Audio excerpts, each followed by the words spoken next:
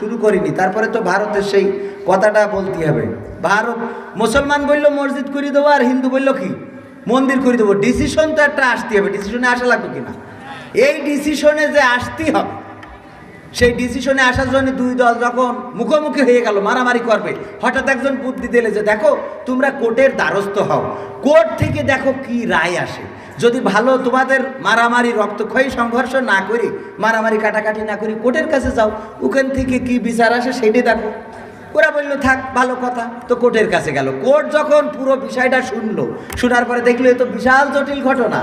এখন হিন্দুর পক্ষে রায় দিলে মুসলমানরা মারামারি করবে, আর মুসলমানদের পক্ষে রায় দিলে হিন্দুরা মারামারি করবে।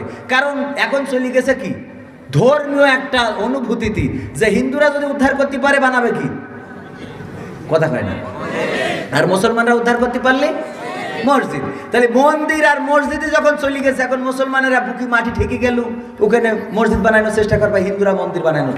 উনি চিন্তা করলো, সুন্দর করে বললো দেখো তোমাদের মুসলমানরা হিন্দুদের মধ্যে বিশ্বাস করো এমন একজনও কি আছে, এমন একজন নেতা কি আছে যে হিন্দুদের, যাকে তোমরা বিশ্বাস করো? মুসলমানরা বললো তা আছে। হিন্দুদের বললো তোমাদের কি এমন কেউ আছে যে মুসলমানদের মধ্যে তোমরা বিশ্বাস করো, এমন একজন কোন মুসলমানদের নেতা? তা বললো তা আছে। বললো তাহলে তোমরা সেই দুই নেতাকে বাছাই করো, মুসলমানরা হিন্দুদের নেতা বাছাই করে দাও, আর হিন্দুরা মুসলমানদের সেই নেতাকে বাছাই করে আমার কাছে নিয়ে এসো। তো সেই সময় মুসলমানেরা একজনকে সাজেস্ট করলো, আর হিন্দুরা সাজেস্ট করলো মৌলভী ইদ্রিস আলীকে। মৌলভী ইদ্রিস আলী তখন বিখ্যাত একজন আলেম ছিলেন। উনি আবার বললেন যে না, আমি ইংরেজদের সামনে যাব না, কারণ আমি ওদের মুখ দেখবো না, আর আমার মুখও ওদের দেখাবো না, কারণ ওরা আমার মুসলমান ভাইদেরকে হত্যা করেছে। এই দেশের স্বাধীনতা যারা চেয়েছে তাদের রক্তে রঞ্জিত তাদের হাত, আমি ওদের মুখ দেখবো না। তো তখন বললো দেখেন বড় একটা গোলমাল হতে যাচ্ছে, ফ্যাসাদ ফিতনা, দুই ধর্মের মারামারি কাটাকাটি হবে, সাম্প্রদায়িক দাঙ্গা হবে, অনেক মানুষ মারা যাবে। এই অবস্থায় যদি আপনি একটু দেখাশোনা না করেন, আপনি একটু যদি ওখানে না যান, তাইলে এই বিপর্যয় নেমে আসতে পারে। উনি বলেন ঠিক আছে যাব, তবে আমি আমার মুখকে আমি ইংরেজদের দেখাবো না, উল্টো করি বসবো, কথাটা যেন মনে থাকে। তো ওনার শর্ত মেনে নিলে, বিচারকও মেনে নিলে, উল্টো করেই বসলো।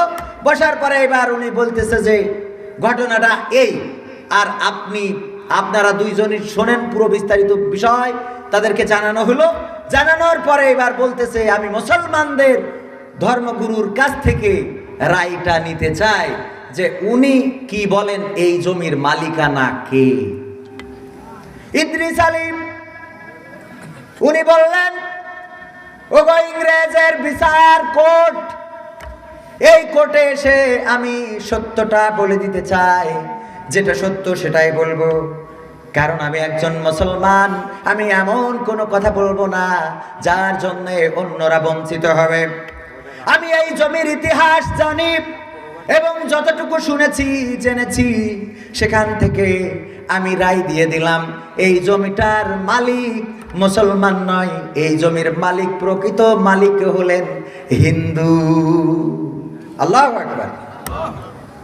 মুসলমানদের রাগ হয়ে গেল, সবাই থুতু নিক্ষেপ করা শুরু করে দিল।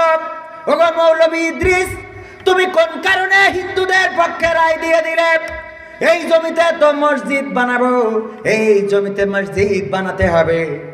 আমরা মসজিদ বানানোর জন্য যদি দরকার হতো শহীদ হয়ে যেতাম, মারা যেতাম, মরে যেতাম, মারামারি করতাম, লড়াই করে কাটাকাটি করে জমিটাকে ছিনিয়ে আনতাম। কিন্তু তুমি সুন্দরভাবে সহজভাবে কিভাবে হিন্দুদের পক্ষে রায় দিয়ে দিলে, হিন্দুদের জমিটা দিয়ে দিলে। তোমাকে ধিক্কার জানায়। সবাই ধিক্কার জানিয়ে কোর্ট থেকে বের হয়ে গেল।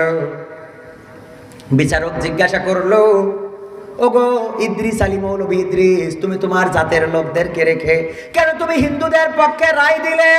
উনি বললেন দেখো এই বিচার শেষ নয়, পরকালে আর একটা বিচার আছে, সেই বিচারের কাঠগড়ায় দাঁড়ানো লাগবে। ওই দিন আল্লাহ রাব্বুল আলামিন বলবেন আল-ইয়াওমা নাখতিমু, আল্লাহ রাব্বুল আলামিন বলে দিয়েছেন সূরা ইয়াসিনে আল-ইয়াওমা নাখতিমু আলা আফওয়াহিহিম ওয়া তুকাল্লিমুনা আইদিহিম ওয়া তাশহাদু আরজুলুহুম বিমা কানু ইয়াকসিবুন। আল্লাহ রাব্বুল আলামিন বলে দিয়েছেন ওই দিন মানুষের হাত আল্লাহর সাথে কথা বলবে, মানুষের প্রাকৃত কর্মের সাক্ষ্য দিয়ে দেবে। ওই বিচারের কাঠগড়ায় আমার মুখে আটা লাগানো থাকবে। আমি আজকে যদি মিথ্যা সাক্ষ্য দিই, ওই পরকালের ময়দানে আমার অঙ্গ প্রত্যঙ্গ সেই কথা ফাঁস করে দেবে। এই জন্যে পরকালের ভয়ে আমি সত্যটা বলে দিলাম। পরের দিন যখন চলে গেলেন বাড়িতে, ইদ্রিস আলী বাড়িতে রাতে তাহাজ্জুদ পড়ার জন্য উঠেছেন। বাড়ির বাইরে যেন কাদের পদচারণা শুনতে পেলেন। উনি বুঝলেন যে হয়তোবা মুসলমানেরা এসেছে তাকে মারার জন্যে, কারণ সে মুসলমানদের বিপক্ষে রায় দিয়েছে। কিন্তু না, দরজা খুলে ডাক দিলেন, তোমরা কারা? তারা বলল, আমরা এই এলাকার হিন্দুরা। কেন এখানে আমার বাড়িতে রাতে কি? বলল, দেখো, যেই ধর্ম নিজের ধর্মের বিরুদ্ধে সাক্ষ্য দিতে শিখায়, যেই ধর্ম নিজের ধর্মের বিরুদ্ধে সাক্ষ্য দেয়, যেই ধর্ম সত্য বলতে কখনো কার্পণ্য করে না, বরং রবের থেকে তারা জেনেছে যেখানে যে পরিস্থিতিতেই থাকো না কেন সত্য বলো। আর এই সত্য বলার কারণে আমাদের মন বলে দিয়েছে ইসলামের থেকে শ্রেষ্ঠ ধর্ম এই জমিনের উপরে আর নাই। আর তাই তুমি তোমার ধর্মকে, তুমি মুসলমানদেরকে যদিও হারিয়েছো, কিন্তু তুমি জিতিয়ে দিয়েছো তোমার ধর্ম ইসলামকে। আল্লাহু আকবার।